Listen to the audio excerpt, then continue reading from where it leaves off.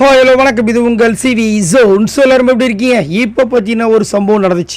அதாவது லைவில் வந்துட்டு 2 பேர் உள்ள வந்திருந்தாங்க, சிங்கம் அண்டு விஷ்ணு.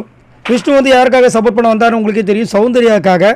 வந்ததுலேருந்து பார்த்தீங்கன்னா ஒரு 2-3 இடங்களை வந்துட்டு ஸ்ட்ரெஸ் பண்ணி சொன்னார். ஏன் சௌந்தர்யா உள்ளே இருக்காங்க உங்களுக்கு தெரியுமா? ஏன் உங்களுக்கு சௌந்தர்யா உள்ளே இருக்காங்க தெரியுமான்னு காரணம் அது ஒரு பெரிய டாப்பிக்காக போச்சு. நடுவில் கூட வந்து நம்ம தீபக் வந்துட்டு நலம்தானா பிஆர் குரூப்பில் நலம்தானான்னு கலாச்சிருப்பார். ஸோ அதனால் வந்து ஸ்டார்டிங்காக வந்துட்டு சௌந்தர்யக்கிட்டே அதை சொன்னார்.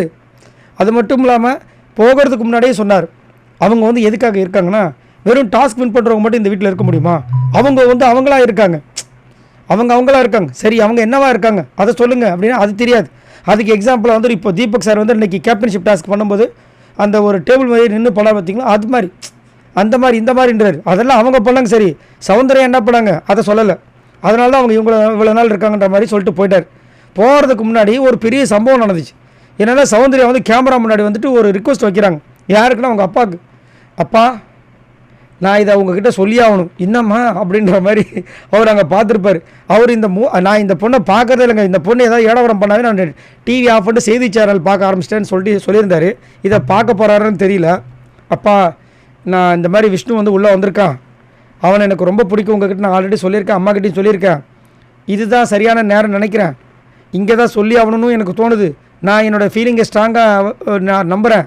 என்னம்மா சொல்லி தொலைமான்ற மாதிரி அவர் கேட்டிருப்பார்னு நினைக்கிறேன். அதாவது நான் வந்து விஷ்ணுவை லவ் பண்ணுறேன் அப்படின்ட்டு அங்கேயே சொல்கிறாங்க.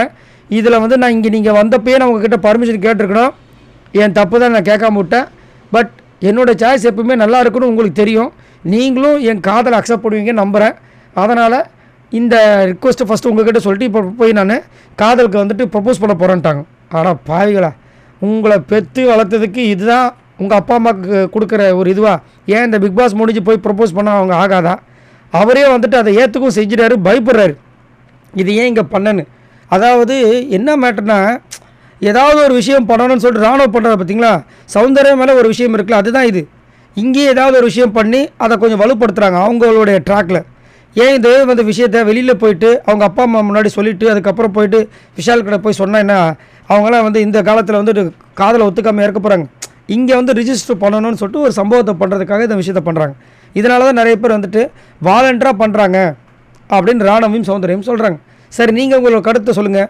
ஒரு அப்பாவும் அம்மாவும் தம்பியும் உள்ளே வந்தப்போ இந்த விஷயத்தை பற்றி பேசாமல் அவங்க போனதுக்கப்புறம் விஷ்ணு வந்தவொடனே இந்த மாதிரி பர்மிஷன் கேட்குற மாதிரி ஒரு சீனை போட்டு அங்கே வந்து ப்ரப்போஸ் பண்ணுறாங்க. இதை பற்றி என்ன நினைக்கிறீங்க? மறக்காமல் கமெண்ட்ஸ் பண்ணுங்கள். பாய் நண்பர்கள்.